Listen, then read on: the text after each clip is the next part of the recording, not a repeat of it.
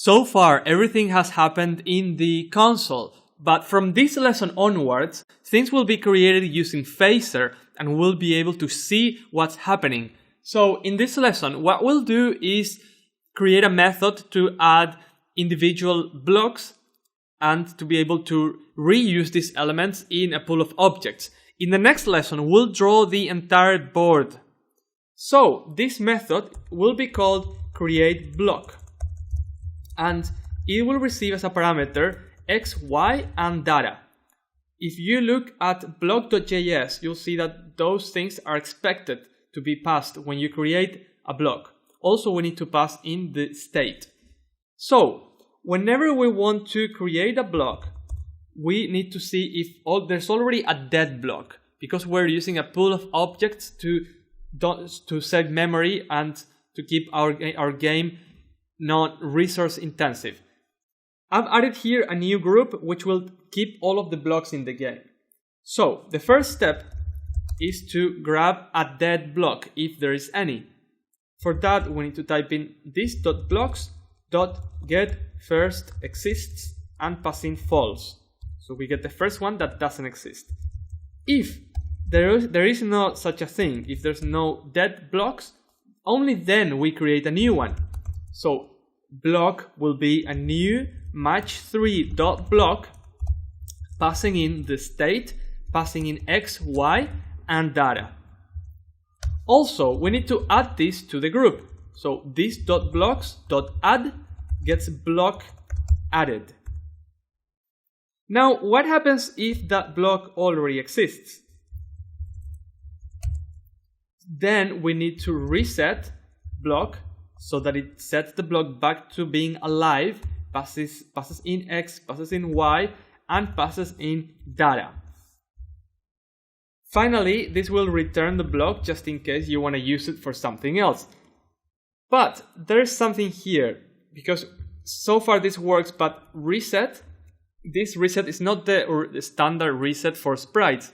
It's basically a different version that has an extra parameter, because we will be able to change the asset, for example, the texture. So we need to create our own custom reset method. If you go to block.js, after this part, I'll be creating match3.block. I'll be creating a custom method for reset that will replace the original reset method.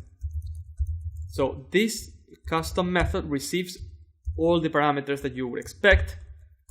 And the first thing this new method does is that it calls the original reset method on the sprite. So phaser.sprite.prototype.reset.call, and that gets called with passing in this, passing in x and y. So that's the normal reset method of a sprite.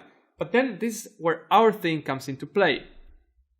Something that we want to change the texture, this.load texture, and this texture will be data.asset. Just like when we created the object originally. Also, data will contain other properties. Data will contain this.row, data.row, and this.call. We want to keep track on the actual object what its coordinates are. And this is something that we also need to add up in here.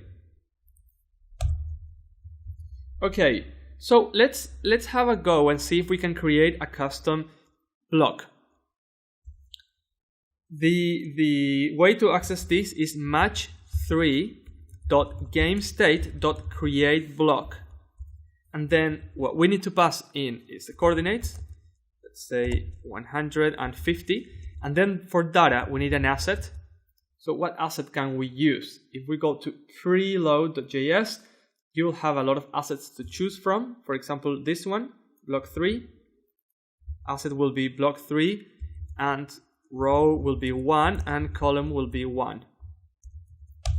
So we placed an asset, we placed a block on the screen.